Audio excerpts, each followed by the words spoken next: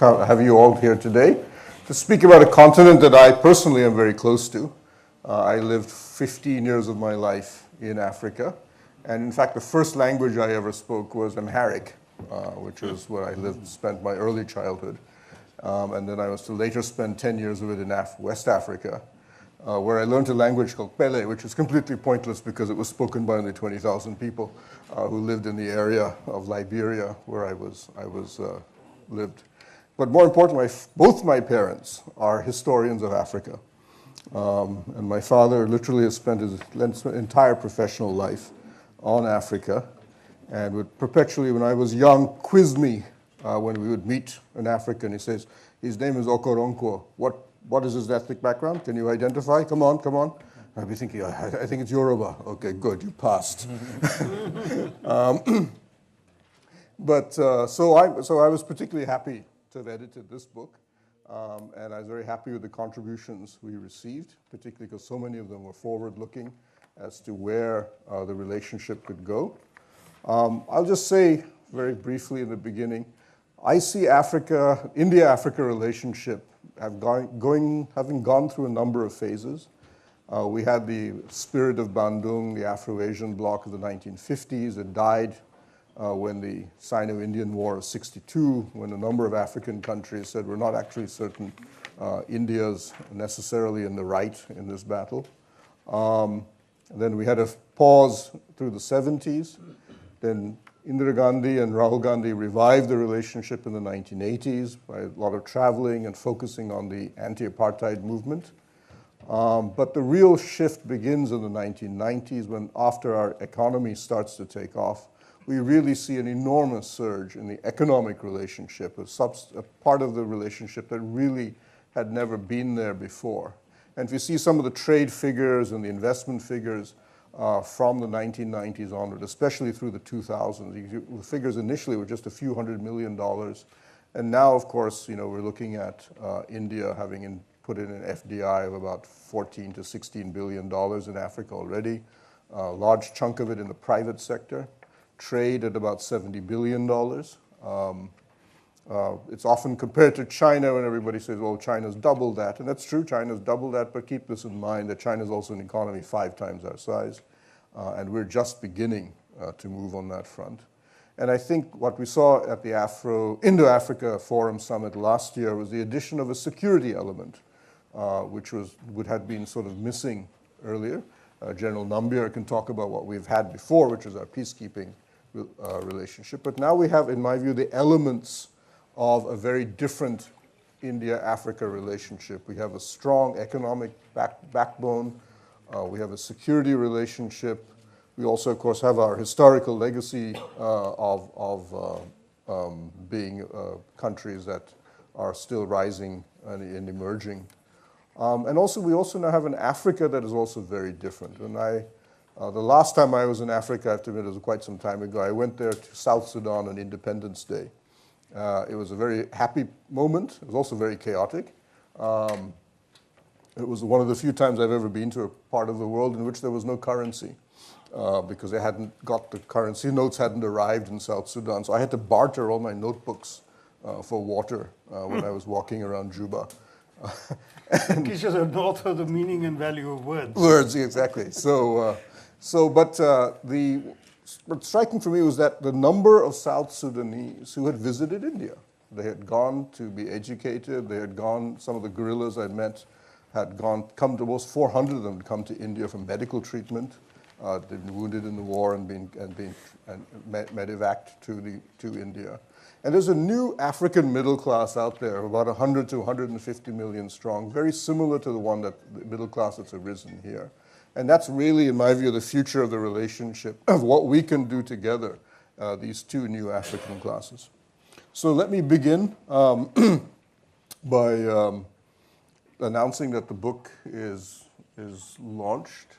I think we'll have everybody hold it up. Oh, there's a bunch of ones that we have to rip the covers off of. Oh, so the ones we carried may not be. Those you get to keep as souvenirs. What is this to be done now? Was it round up? Here, yeah.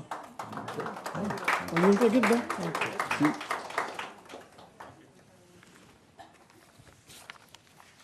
Thank you. I find this expression launching a book quite interesting. You sort of have to throw it in the air or something.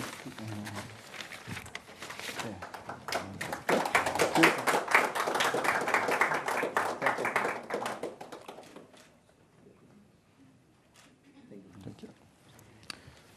So let me begin.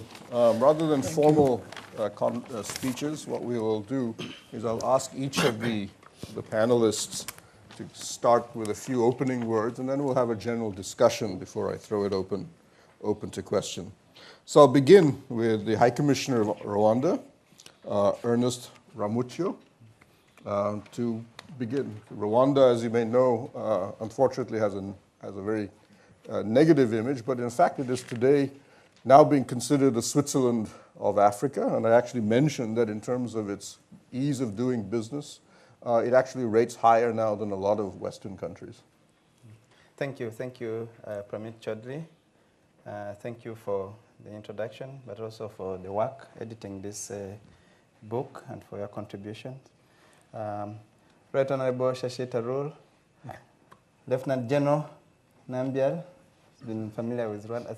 Both these gentlemen have been very familiar with Rwanda. I think we recognize the incredible contribution that Right Honorable Shashi Tharoor has had on the global agenda, but particularly also a bit of that has impacted Rwanda in many good ways.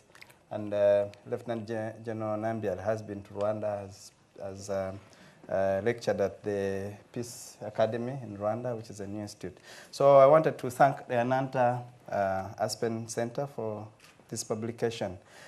What would I share on India-Africa? I think India and Africa have had a long and historic connection, and that can only continue to grow. I think the momentum has been built over the last decade in terms of the connection, but when we also go back to ancient times, I think the Indian Ocean, which is a big bridge, not a separator of the two the continent and the subcontinent of India. So you go back to trade, you go back to people-to-people connection, you go back to a lot of cultural exchange between India and Africa. There is a lot that we have to celebrate and a lot to build on, I think, in order to keep this momentum. In the recent history, we go back to the story of decolonization, and we all know that the decolonization of Africa and the independence of India are very, very closely intertwined. And from there, we also have a lot of momentum that we could use to create more opportunities for our people and for our two continents. I would like to lay out that I see the potential in three major areas. Trade and investment has always been a big connector. And I think this is an area where we've seen significant growth over the last decade.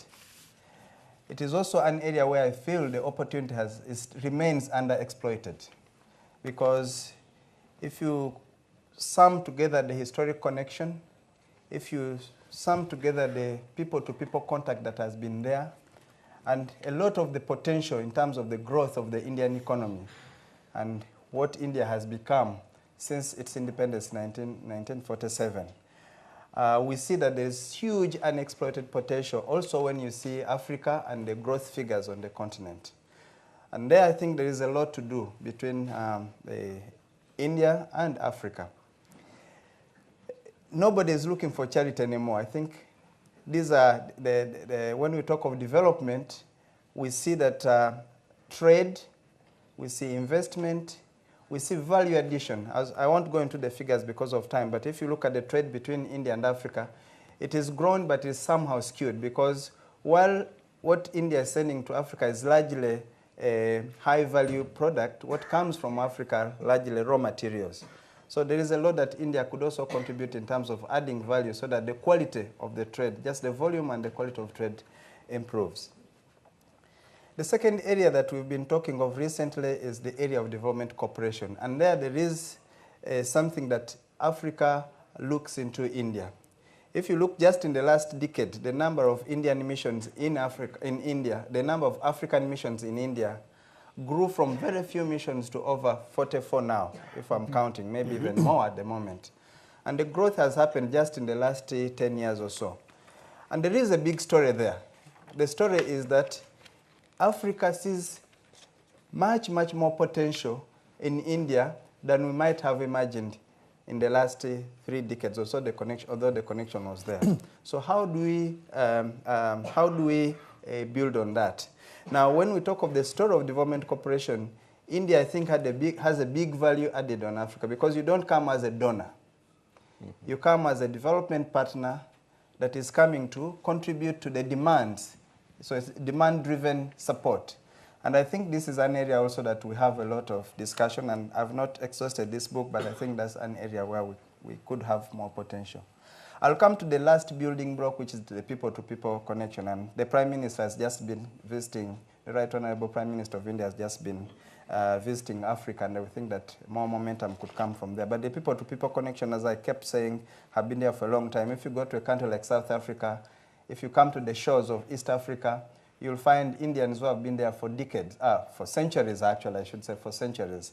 Many are a very, very integral part. You're talking of 4th, 3rd generation Indians who have settled, are successful, are playing a very constructive role in the economy, in the politics, in academia, in research, in different aspects of the life of these countries. And I think we need to build on that and use that as a very important asset. That when Indians walk on many parts of the African continent, they are not walking into a territory where they're finding strangers. They've already find established connections there. And I think we're talking about a little bit about the story of colonialism. And for India, I think when you think of the English language as a connector, when you come to Rwanda or Burundi or South Africa or Mozambique, English becomes an easy language for connection. Other parts of the world may not be so lucky. There is a communication gap at times. So I wanted to stop here and say that, in my opinion, 3 areas are very important that we should build on: trade and investment, this aspect of development cooperation with the philosophy that India comes with. And there, the India-Africa Forum Summit, I think, made a significant commitment, especially the 3rd ones, that we should build on and actualize. Then the people-to-people connection, which should be a very important aspect to build on. I think from there, we could have a lot to work with. Thank you very much. Shashi?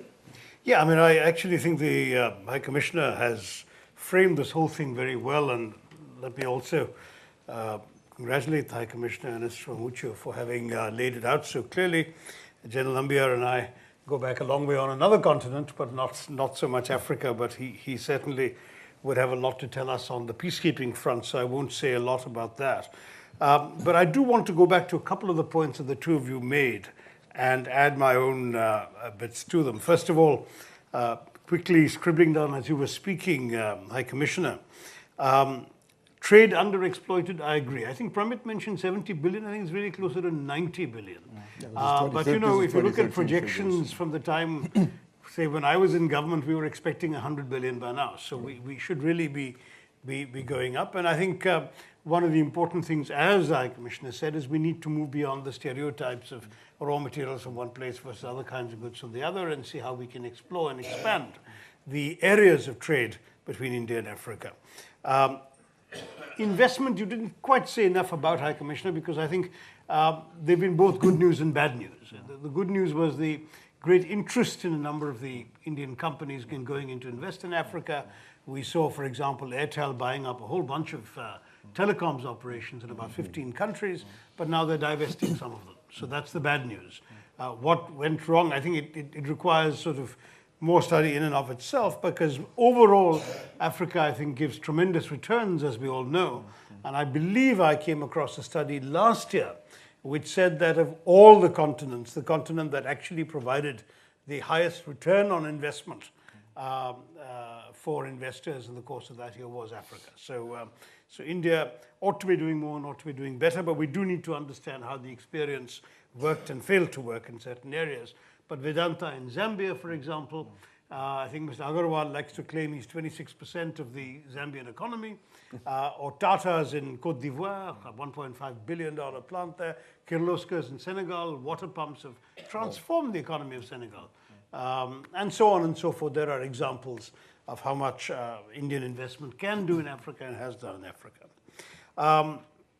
I want to come back to development cooperation because that's a very important thing. But before that, if I can add a couple of things that perhaps I didn't mention. And in fact, I would say that the fact that you didn't mention the political dimension was in itself a sign of how far we've moved on beyond the old cliches. You know, for the longest time, we were a bit complacent about the fact that we were the first to raise decolonization at the United Nations. We led the drive on decolonization. This was our thing. Similarly, the anti-apartheid struggle first raised in 1946 by India at the UN, even before India was independent. And the Centre Against Apartheid was run by a succession of Indians. It was always seen as, you know, India was the country that battled for Africa. But we can't keep resting on our laurels, and those battles have been won. Africa has been decolonized, apartheid is over, and we are still expecting as if Africa should look to us when they have other priorities and other goals right now. And I must say that's one of the things where China, for example, which, you know, apart from the usual sort of Maoist language against imperialism, was not a fraction as active internationally on these issues as we were, came in and stole a march, and that they were far more rapid in establishing embassies in a lot more African countries, in investing considerable amounts of money and sending people over.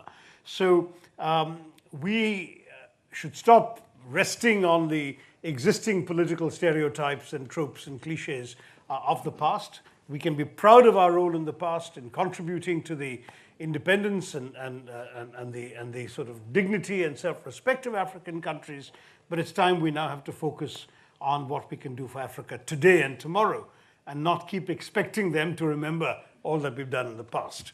And I think it's good that the High Commissioner didn't talk about all that, because we've heard a lot for too many decades about it.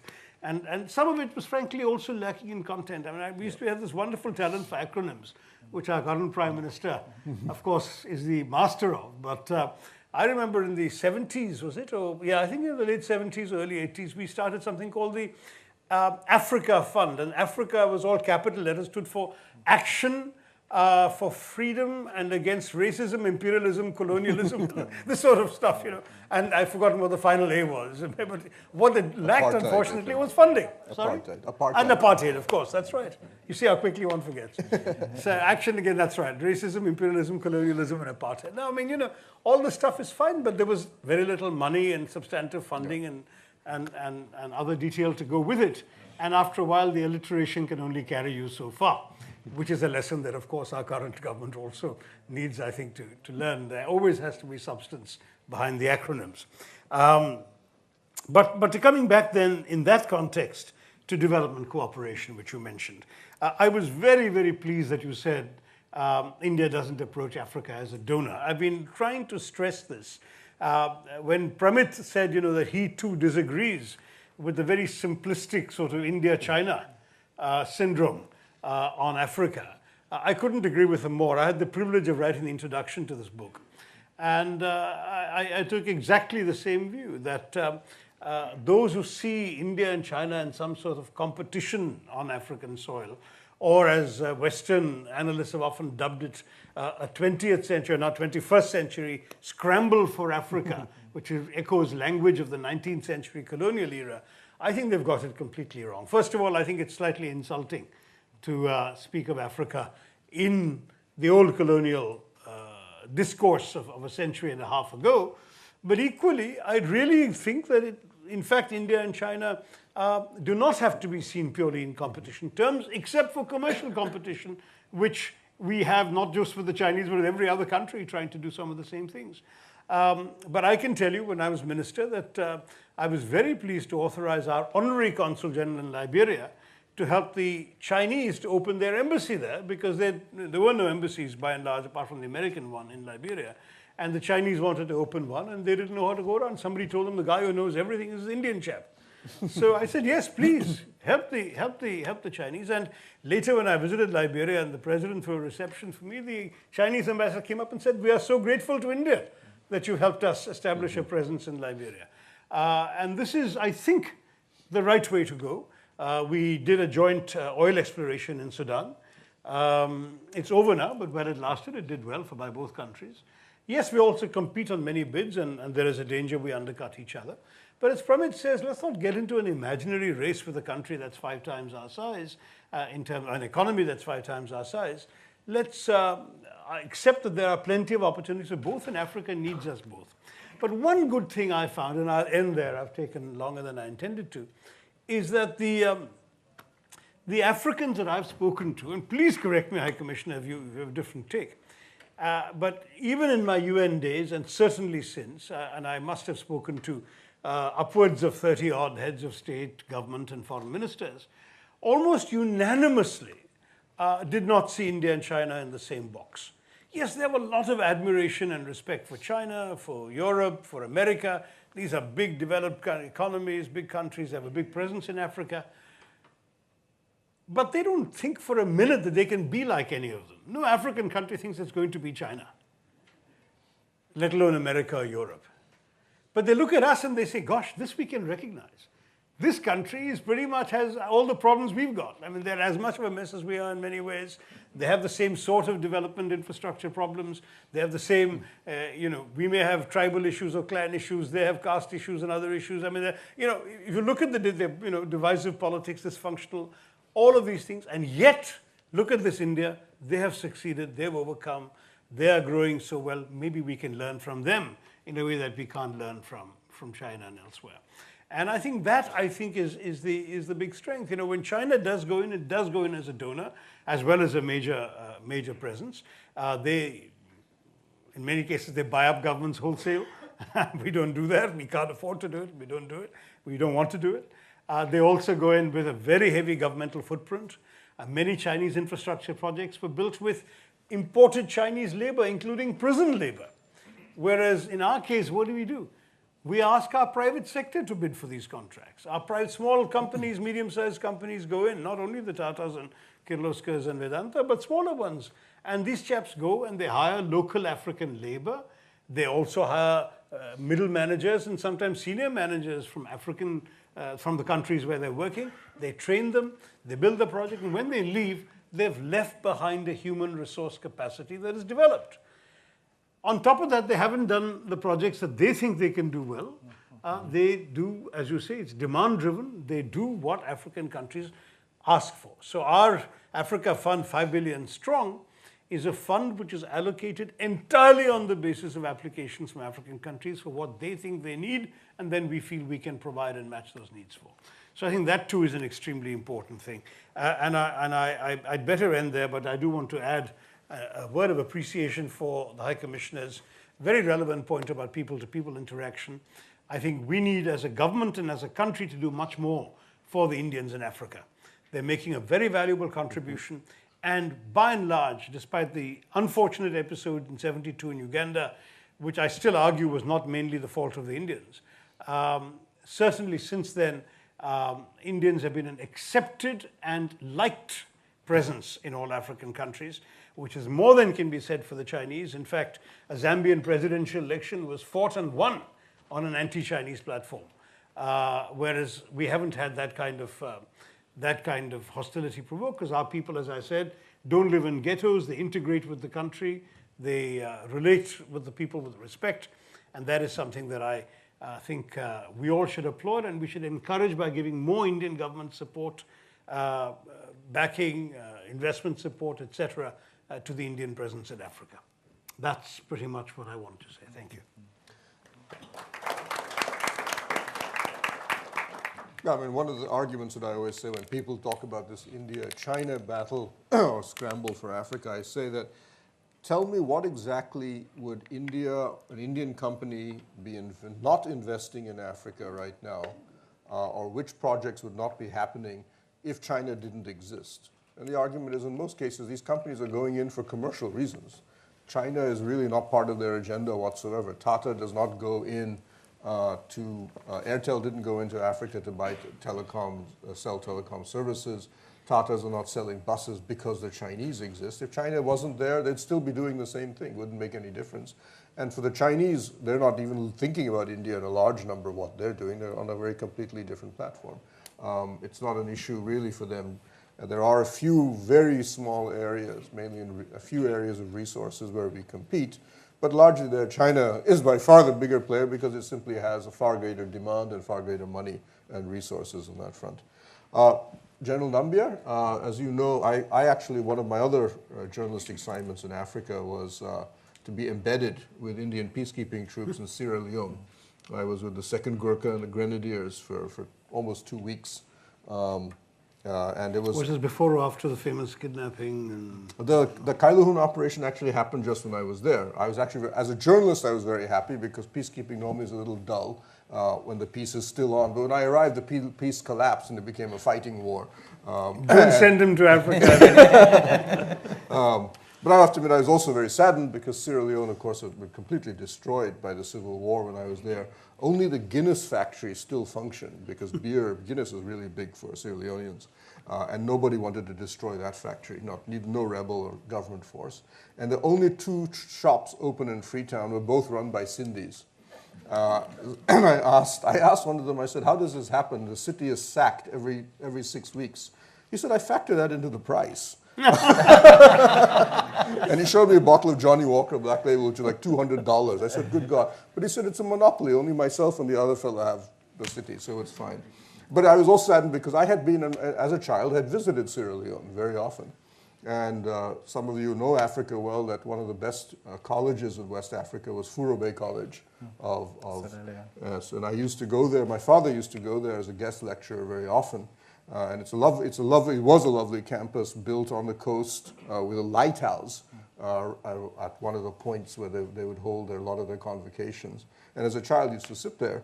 And now I did visit. The lighthouse was a ruin. The campus was destroyed, and it was actually had become the headquarters for the Grenadiers, who were using it as a base.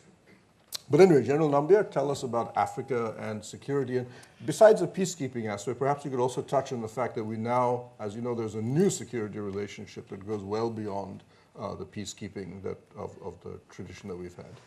Yeah, thank you, Pramit. It's been a great privilege being associated with the production of this publication. But let me go back a little before I hit peacekeeping and the president. You know, the Indian Armed Forces have a very long association with Africa. In fact, within a decade of our independence, we were assisting countries like Ethiopia and Nigeria in setting up their academies in their countries. And since then, we've had a number of training teams to assist some of the countries set up staff colleges and other training institutions. Countries like, I think, Tanzania, Uganda, Zambia, Botswana, Lesotho, Seychelles, and so on. It still goes on. Besides that, in all our training institutions, we've given placements to students, officers from various African countries. So over the years, it still continues, obviously, including prestigious institutions like the National Defense College here in Delhi, the Defense Staff Services Staff College in Wellington. And that is, it's actually it's eagerly sought vacancies on these courses because they are, even if I say so, they're pretty well-run institutions. And they are, of course, well utilized also.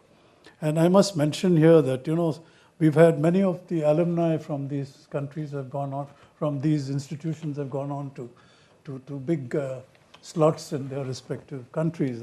Most notable example, I think, was President Obasanjo in Nigeria, who was a student of our staff college as a major, I think, way back whenever it was. So this is there. Now, I don't know how many here in this room, in fact, I think many in the government today probably don't know, or maybe even in the armed forces. When the government of India set up the National Defense Academy, a joint service institution in Khadakwasla near Pune, to get cadets together to train for a jointly sort of thing. This was in the mid-1950s. 1955, I think the first batch of cadets went there. But when that academy was under construction, the administrative block, or the cost of the administrative block, was borne by the government of Sudan. And it is still called the Sudan block.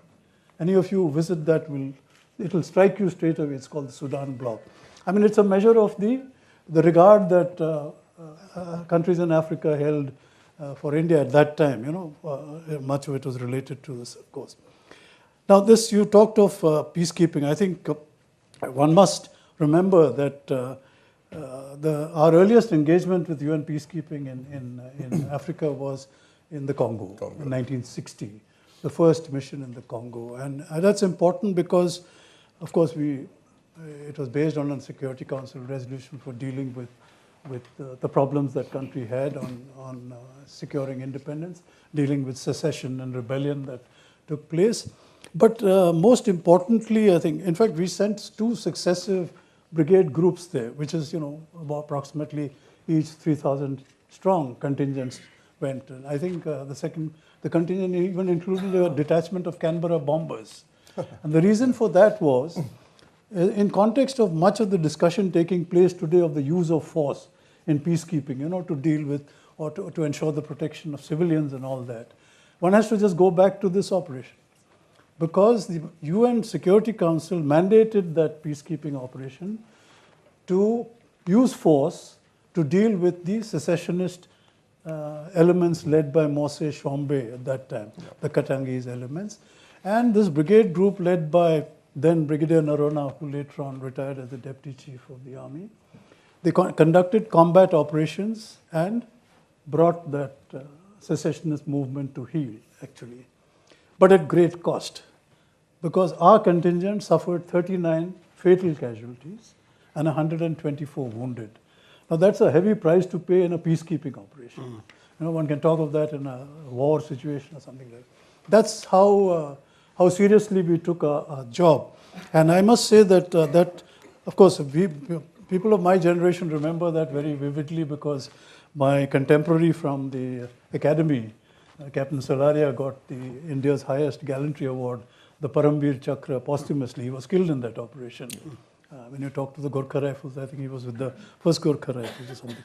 And since then, of course, we have participated in every peacekeeping operation in Africa, except the most recent ones in Mali and I think Central African Republic. Every other operation we have participated in, Angola, Mozambique, Namibia, Rwanda, Ethiopia, Eritrea, Liberia, Western Sahara, Cote d'Ivoire, Burundi, and of course we had large-scale deployments in Somalia and now the Democratic Republic of Congo and Sudan, South Sudan. So this continues. Now, in this context, I just want to mention to this audience something, which it remains in my memory very vividly, because it happened in April 1995. I had just retired from the army after that experience in the former Yugoslavia and all that. And I was invited to a seminar called the Vienna Seminar in Vienna. It was obviously the 25th anniversary and the 50th anniversary of the United Nations. It was attended by Boutros Ghali at that time and his predecessors like Perez de Cuellar and others who would come there, and a host of people. Now at that, it was a huge conference held in one of those big, huge places in one of the castles, I think, in Vienna. And there's one of Africa's great sons, I don't know whether many of you will even remember his name, Professor Ali Mazrui. Yes. Now he is well known. Very good friend of my father. And he, in that conference, I recall, this is 1995 April. It's 21 years ago. He made an impassioned plea for an embargo on peacekeeping operations everywhere in the world except in Africa. He says, because that is where it will be required. Now, when you look at what's happening, I think his words ring. He received polite applause, and that was it. Nothing more happened. I think his words are literally prophetic in many ways, because out of the 16 peacekeeping operations today, 9 are in Africa. And of course, among the other 7, I think 2 or 3 are outdated missions which should have been wound up long ago. The only real meaningful ones are the ones in Lebanon and maybe in Haiti or something, because the others are literally. Those also people want to wind up for other reasons. So I don't know. Anyway, because our involvement, I think, in many ways was and continues to be a reflection of India's commitment to the stability of the countries of Africa, and I think that it can't be better demonstrated than what. Of course, I think we're beginning to now, of course, move ahead, hopefully. But I would like to just mention to you another point on this subject, that some of you may be aware that we have a Center for UN Peacekeeping here in Delhi. It was set up by me when I was the director of the United Service Institution of India in September 2000. That's what now, 16 years ago. And because I felt that there was a need to institutionalize training of our people who are going out. But how it is, it's developed into an outstanding institution, a world-class institution, well recognized all over the world, including by the United Nations. But to this audience, what I want to inform you is that that center, in due course, as it developed, started running international courses for peacekeepers, people before they go for deployment. So we used to run about 3 or 4 or 5 international courses every year. And thanks to the Government of India, the Ministry of External Affairs, we used to have participants from the developing countries, including Africa. I think on each of those courses, a total of 15 participants from developing countries, which at least included 9 or 10 from Africa on each course. They were fully funded by the Government of India, Ministry of External Affairs. The fare of the students from home country to India and back, the stay, the food, and the training. I mean, the participants only had to pay for their shopping, literally. Now that, I think, I mentioned that because I think that's an outstanding contribution that the Government of India has made. I can't think of too many countries, including even in the developed world, who have done this sort of service to those who... And this is important because I think this morning, I just accessed the UN website to see the contribution. I don't know, Shashi, whether you've been following this. Over the last few years, for the last 10, 12 years, what it was always India, Pakistan, Bangladesh, Nigeria a little bit somewhere. Today, the single largest contributor is Ethiopia, followed by India. Then I think it's Pakistan, Bangladesh, and then it's Rwanda. Oh, interesting. And I was calculating, I think there are about 10 or 11 African countries in the top 20 contributors. And many of them have been trained here. It is never, in the years gone by, because one used to follow this. So it's, I think, a measure of the interest, the drive to look after things for themselves. And that, I think, and I think some of you may be interested, you may be aware, in fact, next week, end of this month, the Center for UN Peacekeeping is running a course purely for the African countries, and it is being attended. I know it because I've been asked to speak, of course, as usual for that. Ethiopia, Ghana, Tanzania, Rwanda, Kenya, Uganda, Nigeria, Malawi, Zambia, South Africa, and the AU itself are sending personnel for this. So this is, I think, very, very important, and I think India's contribution is recognized. As when I went to the Peace Academy in Musange, it was very well appreciated, and it gives one a great sense of satisfaction, and I look forward to sort of discussion on this subject. Thank you.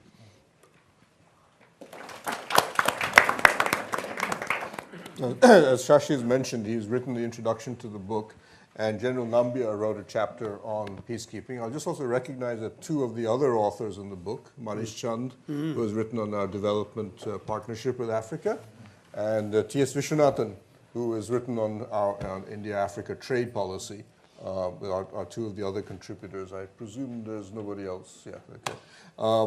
The book is incidentally available on the Ananta Aspen website. And it's the second book now in a series that the Ananta Aspen Centre has been doing on India. The previous book was on India-Singapore relations. And presume we may have some more books coming out later in the future, along with other events and so on that Ananta Aspen is doing. High Commissioner, one of the things that has been interesting about Africa, now, as we know, the commodity boom is now has bust globally. And traditionally, this has been a problem with a lot of African economies because they've often been, and still remain, very dependent on commodities. But what has been striking in the past 10 years has been the rise of the services sector in Africa, a lot of African countries, even a country like Nigeria, over half the economy now is services. Rwanda is actually one of the most striking examples because its fastest growing sector, in fact, largest sector, is financial services. And it has now become one of the major hubs for finance in Africa and in fact, I would say in the world. Could you tell us a little about what the thinking and the policies that went into transforming Rwanda into this 21st century economy? Thank you. And I think that's a very pertinent observation. Rwanda is, in terms of size, a small landlocked country with not so endowed with the natural resources. So we had no option. So the choice was for this small economy, landlocked. At that time when we started out with our development strategy, even the population growth rate for such a small country was very high, around 3%, 2.83%, which was quite high, and the population density also high. So the question was, how do we tackle this huge development challenge? But that also coming in the immediate aftermath of genocide, 1994 genocide against the Tutsi, and Rwanda was at that time almost a failed state. So what we set on was a very, very ambitious development strategy enshrined in what we call the Rwanda Vision 2020. I was lucky to have been the director for planning at the Ministry of Finance when we embarked on developing the vision. And at that time, it was seen as very, very ambitious. So even our development partners said, you're dreaming. You can't think of becoming a middle-income country over the next 20 years and maintain a growth rate above, GDP growth rate above 8%. At the time, the only argument we had was, Rwanda was a dead country. We need to build some form of vision and hope. And we can only afford to dream, because if we don't dream, we'll get a nightmare. So dreaming is easier, so we'll shoot for the stars. Anyway, cut the long story short, the question was, what are going to be the building pillars for such an economy, for such a growth rate above 8%? And when we looked around, there was no oil, there was no diamond, there was no gold, there was nothing. So the only thing was people, were the population. A young, vibrant population. So the choice was, we've got to invest in improving the quality of this population. So invest heavily in education, invest heavily in health, and then develop a service sector that is going to require to absorb the skills of these people. I remember when we started building the first fiber optic cable network in the country, all our development partners were up in arms. They were saying, IT investment in IT infrastructure is for rich countries. This is not for poor countries. How will it serve the poor? But at that time, remember, the President Kagame insisted that we've got to shoot for high-quality service sector. And if we're going to do that, we really need to invest in information and telecommunication technology, because all the other services, financial services, will really have to build on that. And in the end, it is going to actually work for the poor. So we had to dig up the whole country. You would find people digging up the whole country, putting in these cables. Today, if you look at what Rwanda is, and thankfully, Indian investments also came in. You mentioned Airtel. Airtel today is the major driver of the utilization of this infrastructure that we put in place. So it's worked for services, but I should say it was more ambition, it was vision, and it was being bold and taking the necessary risk. That also required a very, very strong and focused leadership and a big fight with the development partners. Because, but today it's working for education. If you look at the level of education and access to education across the country, if you look at the results in terms of the drop in maternal mortality, infant mortality, access to basic health care. If you look at the growth of the economy as well, which is now largely driven by the services, as you said. But it is also paid in terms of creating a good investment climate. And we've benefited from the enterprising private sector of India. India is so blessed to have a very, very vibrant, very enterprising private sector, and by creating a favorable environment for investors where you can register basically a business in one day, we've attracted quite significant amount of investment, include largely also Indian investment, actually, largely Indian investment. I think India has been a big contributor. Some of the challenges you mentioned about an operator like Airtel in some economies, I think that is largely, has a lesson for us. If opportunities present themselves, how fast do you move to actually take advantage of them? And some of the challenges that Airtel has had in entering the African market has been largely, where it's gone is largely gone as a third operator. And when you come with because MTN quite dominated for some time, then the Vodafone Stigos came in. But that also has been an opportunity, especially when I go back to Rwanda. I was in Kigali I came back a couple of days ago.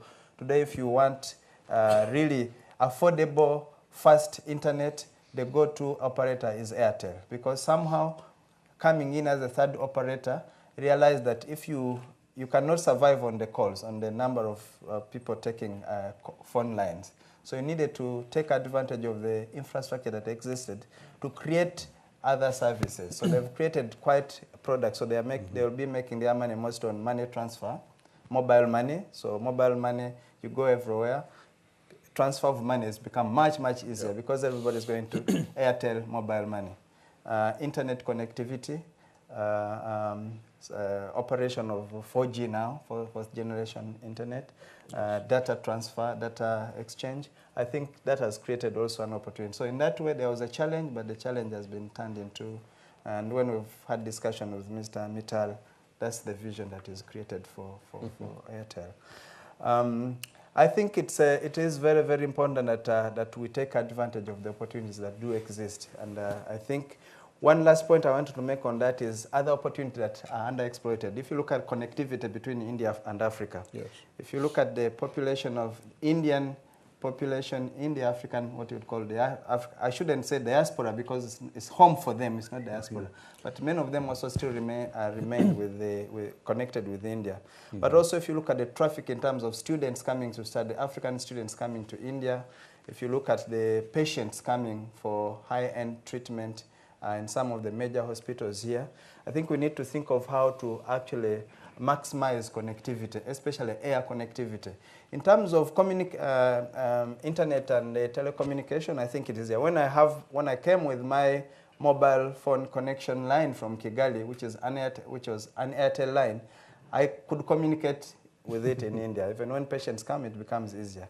But when it comes to flight connection, we would want to see Air India flying into major airports in Africa. On the African side, we are doing some bit on our part. Rwanda Air should hopefully be launching its first flight, direct flight from Kigali to Mumbai before end of this year. I think we are working with the government of India on that.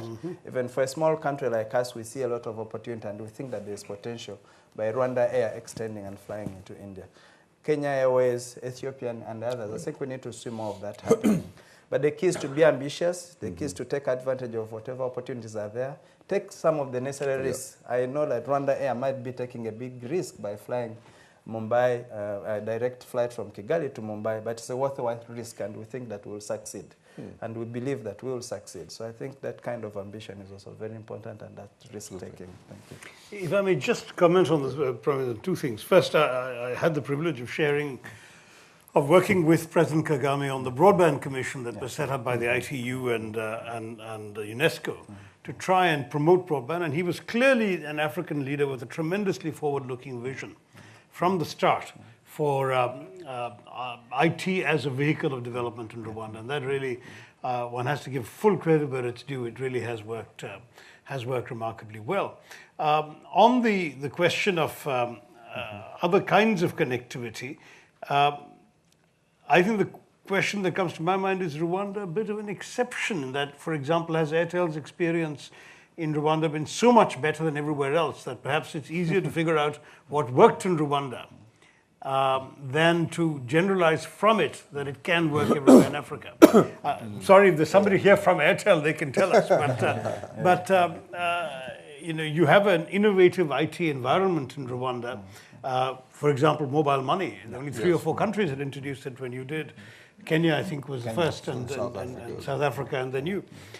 So it seems to me that again, we're talking about a continent you can't entirely generalize, but it's important. Then on the students, yeah, I'm glad you mentioned that, about 15,000 to perhaps close to 20,000 African students in India. And as General Ambia mentioned in reference to the peacekeeping trainees, many of these students have gone back and risen to positions of great prominence in Africa, and many Indian officials have been pleasantly surprised to come across presidents and foreign ministers and so on with whom they share an alma mater. The president of Malawi was from Delhi University. The foreign and finance ministers of Zimbabwe were from Delhi University in the 60s and 70s.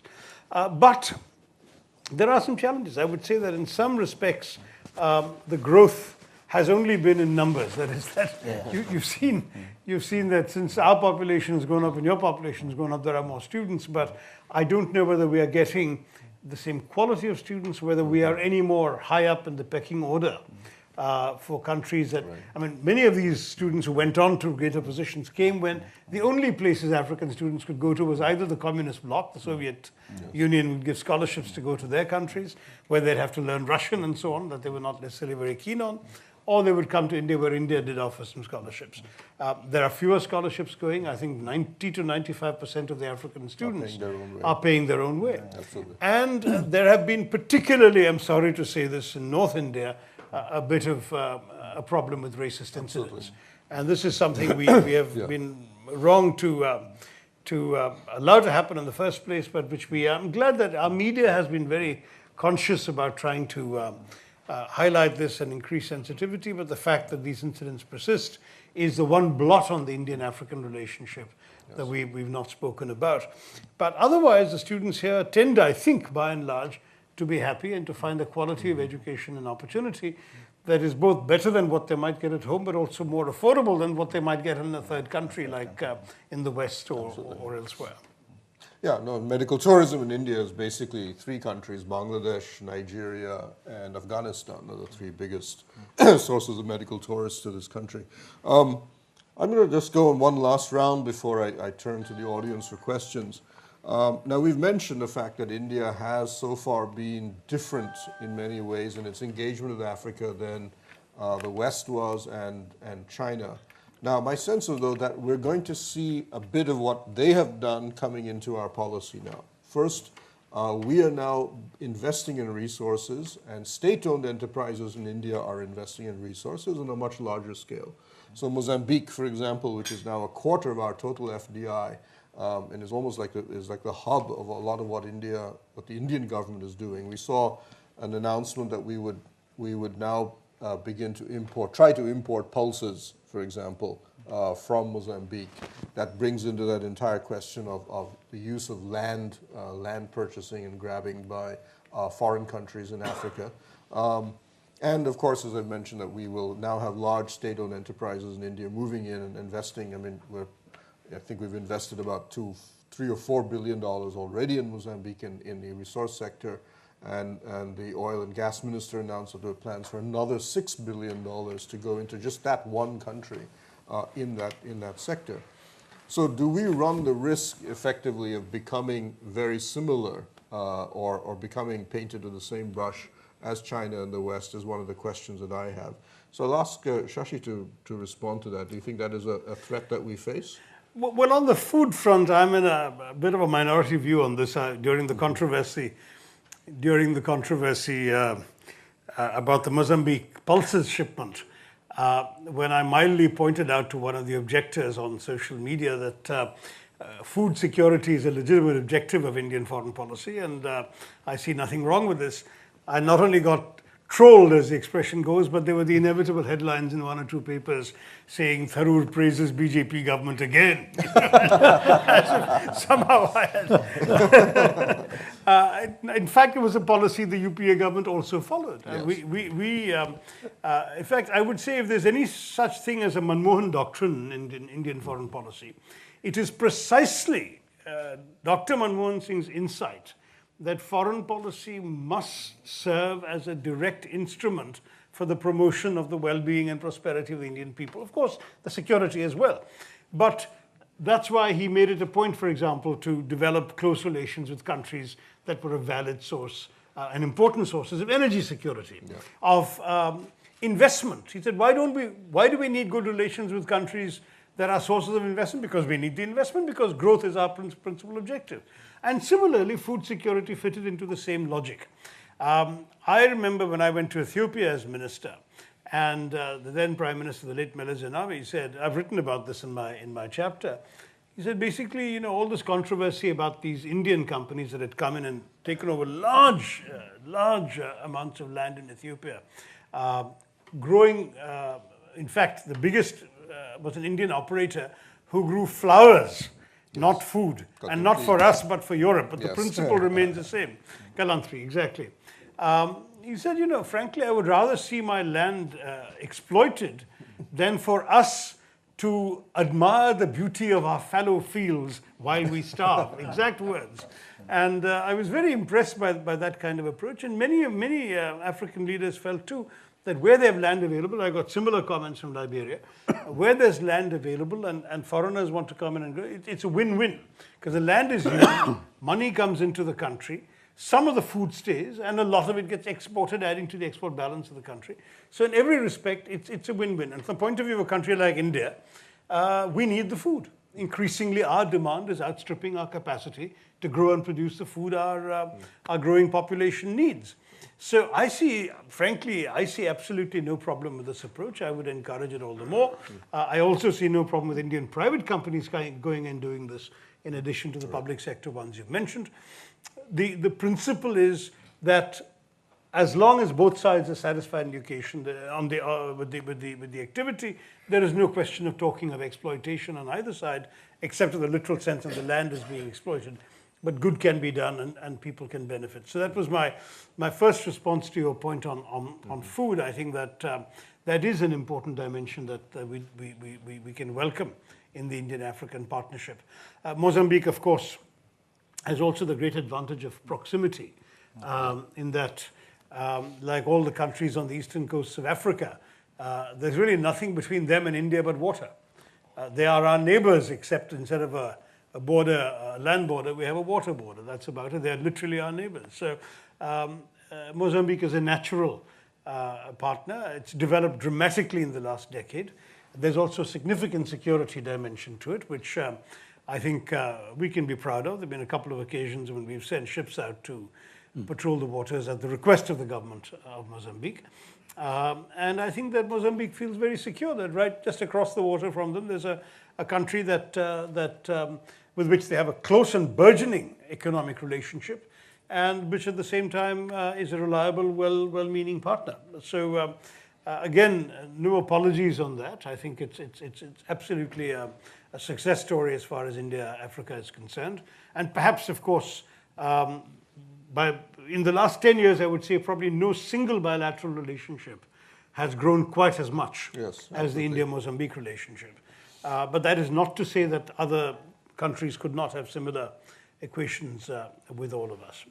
If I may add one footnote, Pramit, and that is that some of our ambitious ideas coming out of earlier India-Africa Forum summits have not fully taken off. The one thing we didn't talk about, which has taken off more or less, again, the High Commissioner is subject to correction of the High Commissioner, is the Pan-African E-network, where India actually set up, through Indian satellites, the first direct connectivity amongst African countries with each other as well as with India. So heads of state, for example, of any two African countries can now use a hotline connection through an Indian satellite. Whereas in the old days, their calls would literally, if you were a French colony, your call line bounced to Paris. Yes. From there it went to London, and it came back from London to the English colony. This is how it was.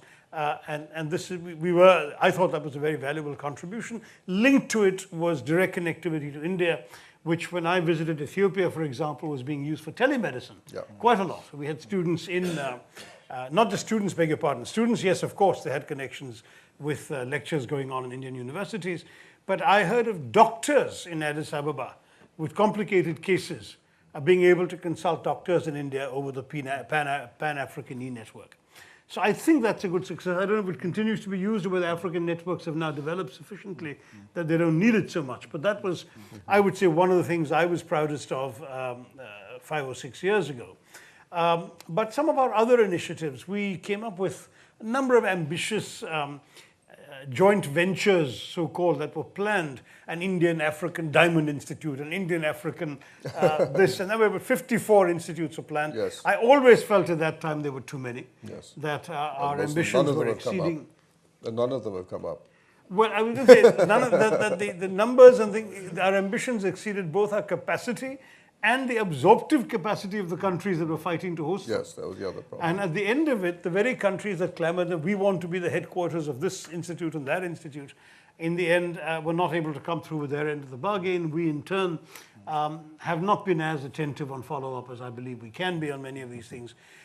You said none have come up. I think 2 or 3 have. Some have come. There's one in Ghana, the Kofi Annan Center for Kofi Annan Peacekeeping. Even Rwanda has the one in Rwanda has one. That's Rwanda right. has one. Burundi has one. Rwanda also. Burundi has one at the university. So a few 4. have come up, but 4 but out of 50, not bad. I suppose. no, but we may be forgetting other examples, but definitely, this is something we have to bear in mind. In other words, we're all, as you can see on the stage, enthusiasts for India-Africa collaboration, but we also have to recognize the limitations and where things haven't gone as well as they've gone, so that we can take corrective steps and move forward. I'll just say that one of the interesting things in the Mozambique Pulse Agreement is the nature of which it's done. India doesn't actually take the land. It stays with the Mozambican farmers. We train them to grow pulses, and then we give them a buyback guarantee, which is actually what most farmers would be very happy to have, even in India, so that you have a guaranteed customer for what you do, and you continue to own the land. We're not trying to take the land away from you. Now, do you know which pulses? All the newspaper reports I've read say pulses. Do you know which dal's prices are going to come down because of Mozambique? Well, normally in India, the problem has always been the dark dals, urad and stuff are the ones that we have the biggest food inflation problem with.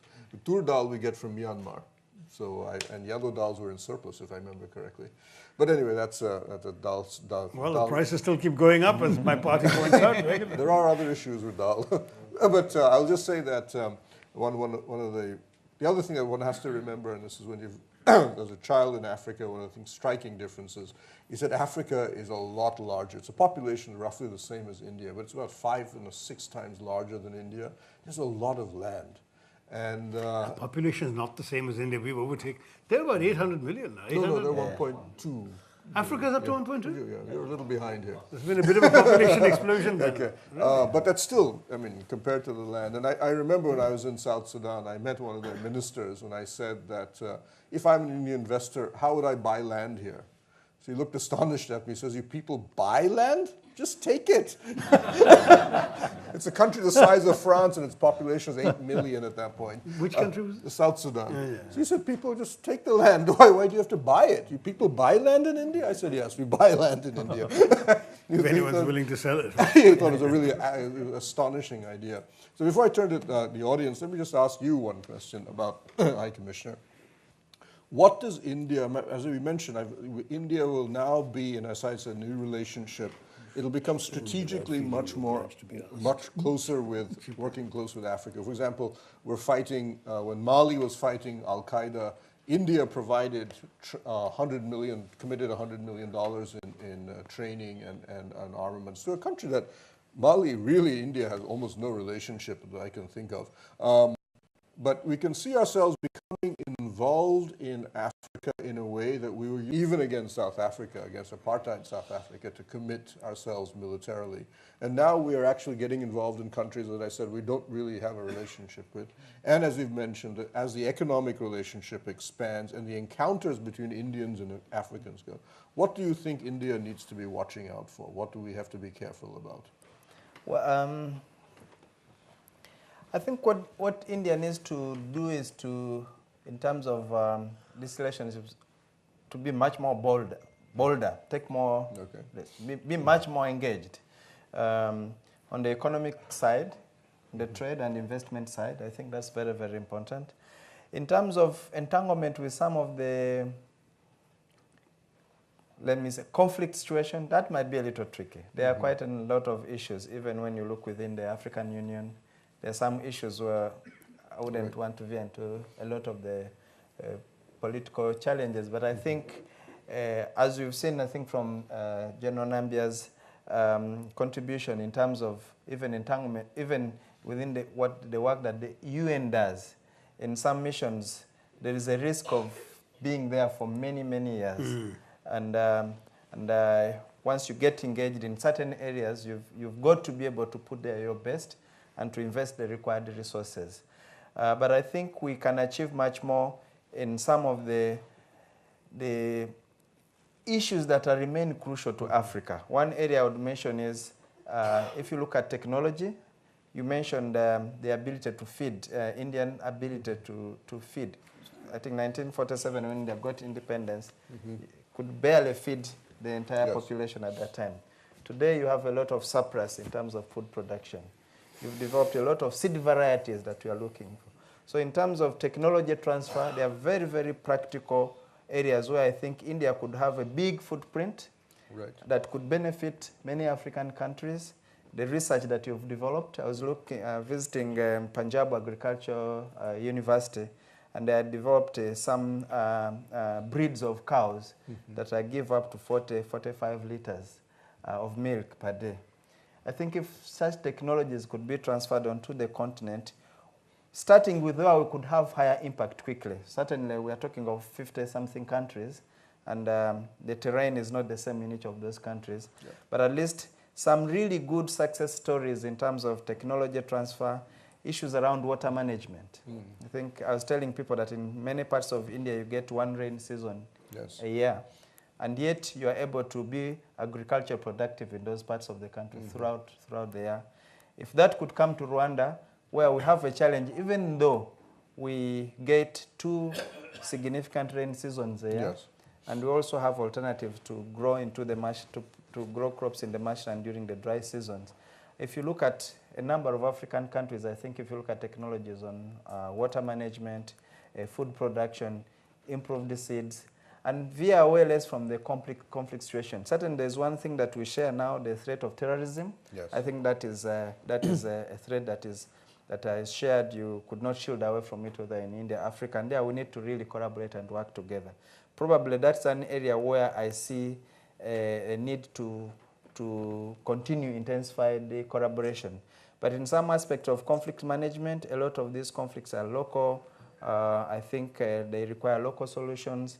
Although some are global in nature, if you talk of the magnitude of the genocide in Rwanda and risks of conflicts that would have an element of a genocide, I think their global action is required. But I think that, as I mentioned earlier, in trade and investment, taking advantage of the resources and the entrepreneurship of the Indian people, technologies that have been developed here, and I think taking advantage of the people-to-people connection, we could really...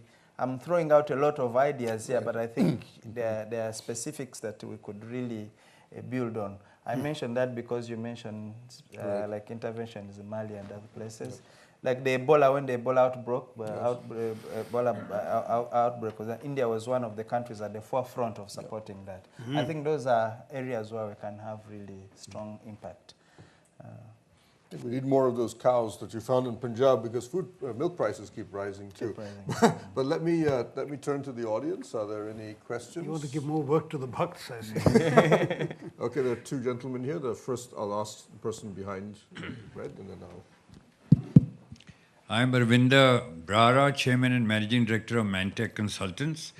Have had some good experience in Tanzania and other African countries. My suggestion and question is that, the Indian embassies in African countries can play a much more significant role in terms of promoting economic relations.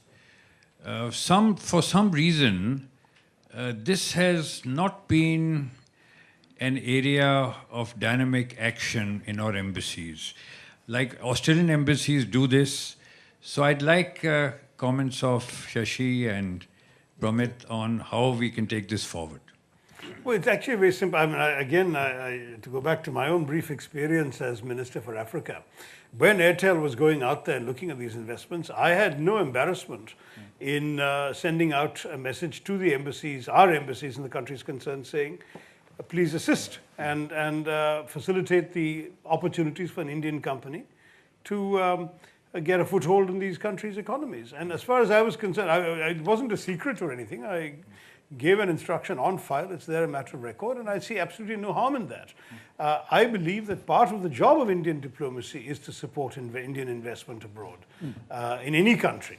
And it doesn't matter which company and who's involved. I think it's something we ought to be doing much more of. Again, as I said, that's very much part of the Manmohan doctrine, because economics is part of the motivation.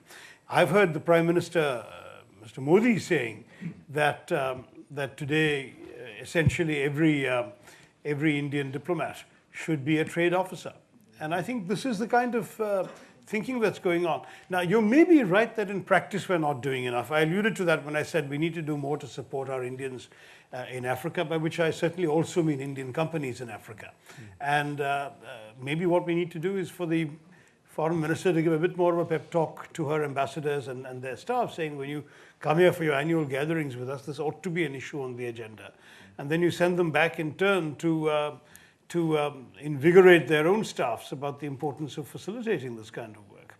But personally, I have no difficulty with it. Well, I think one of the key problems, I'll just say, is that until recently, we actually didn't even have embassies in most African countries.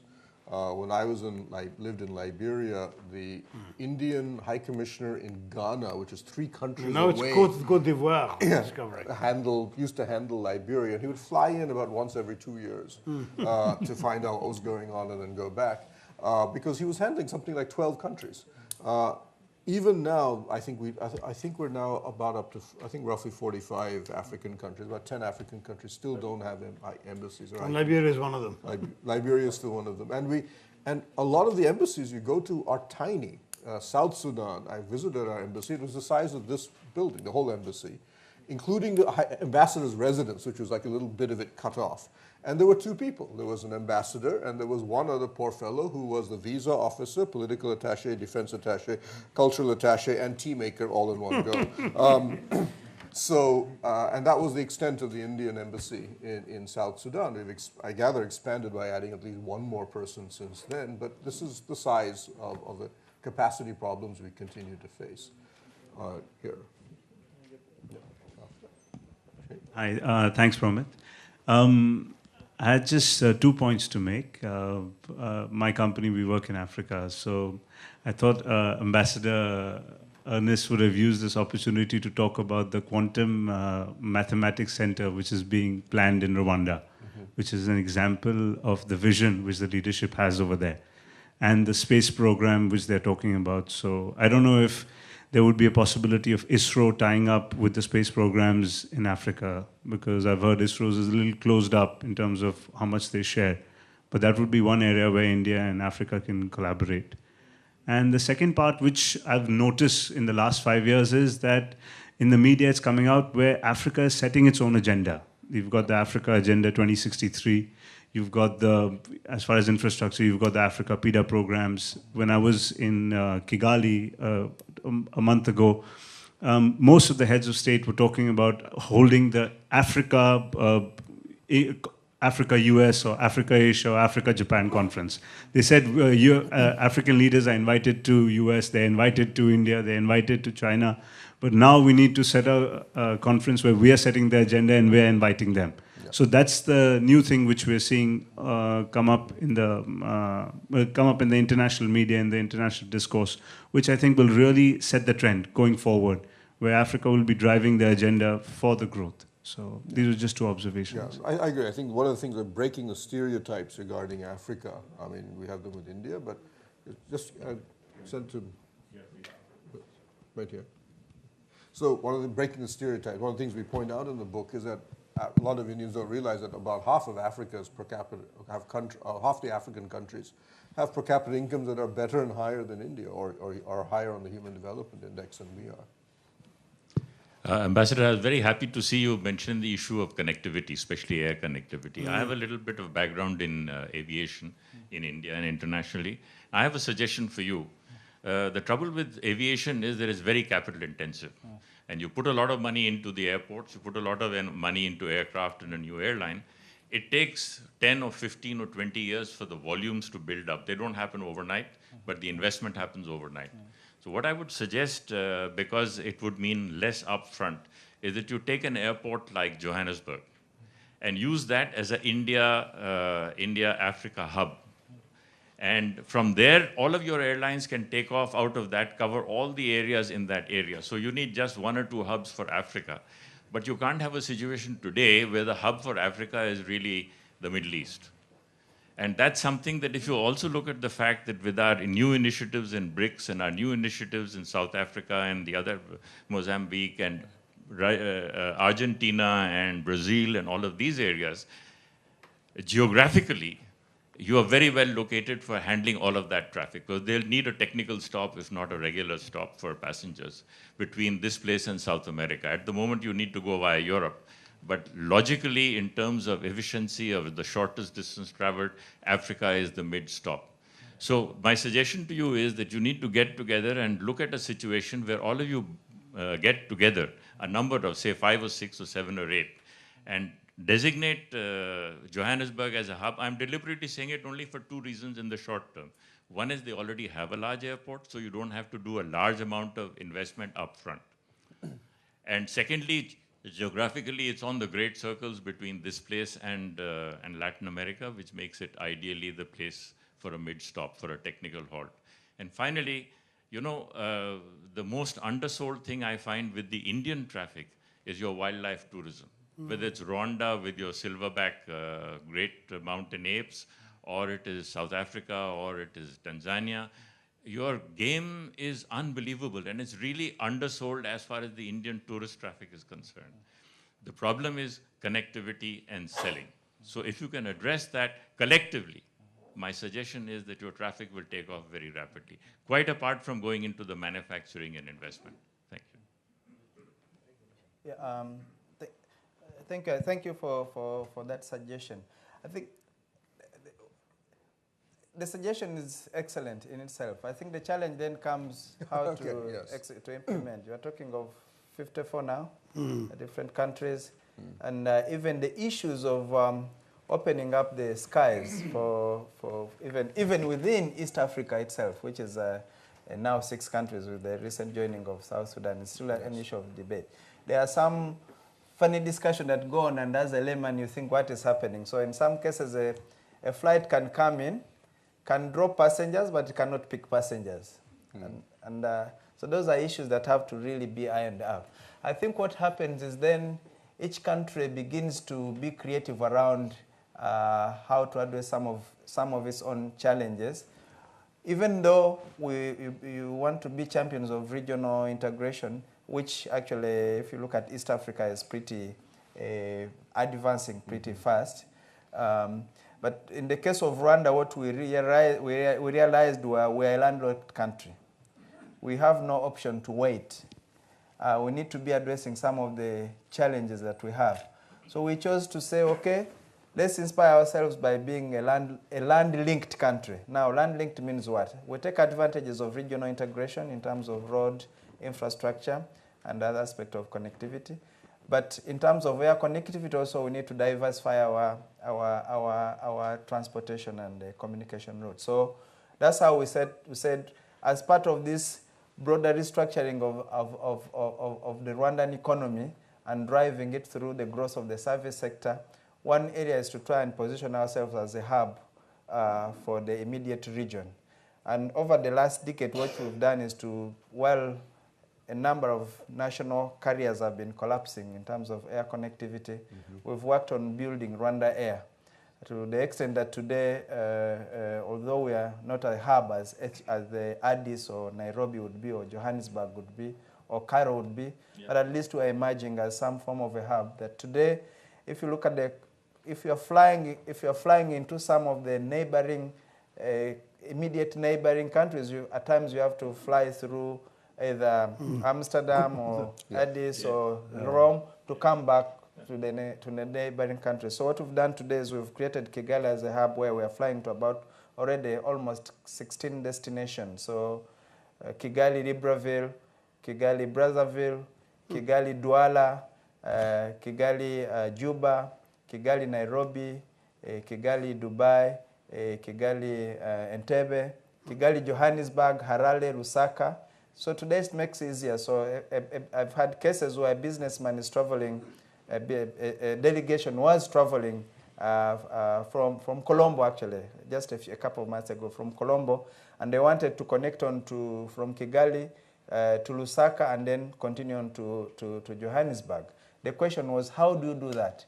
So I happened to be making a presentation and discussing with somebody who was coordinating that trip, and we said it's easy. Just fly in from Colombo to Doha, Colombo to Dubai. Dubai, you get on Rwanda Air to Kigali. From Kigali, you get on Rwanda Air to Lusaka.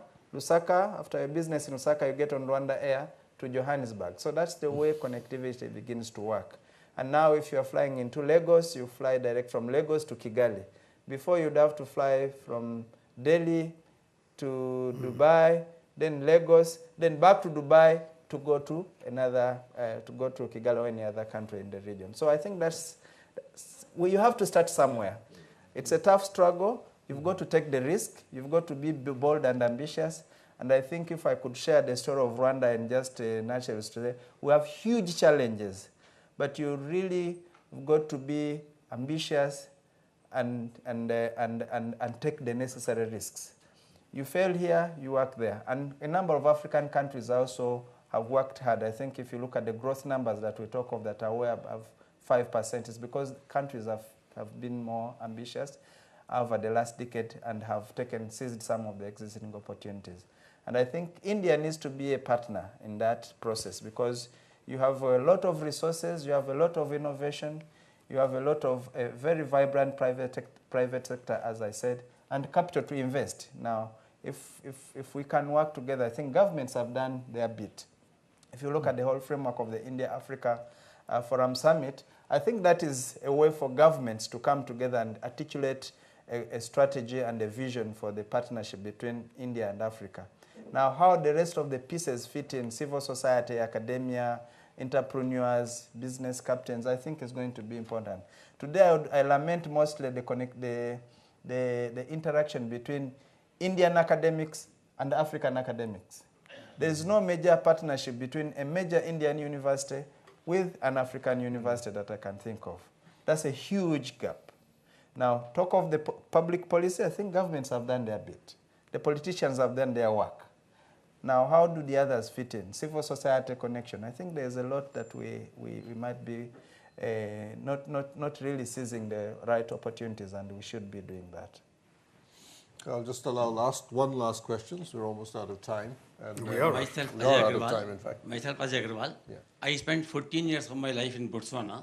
Even last month I was in Botswana, South Africa.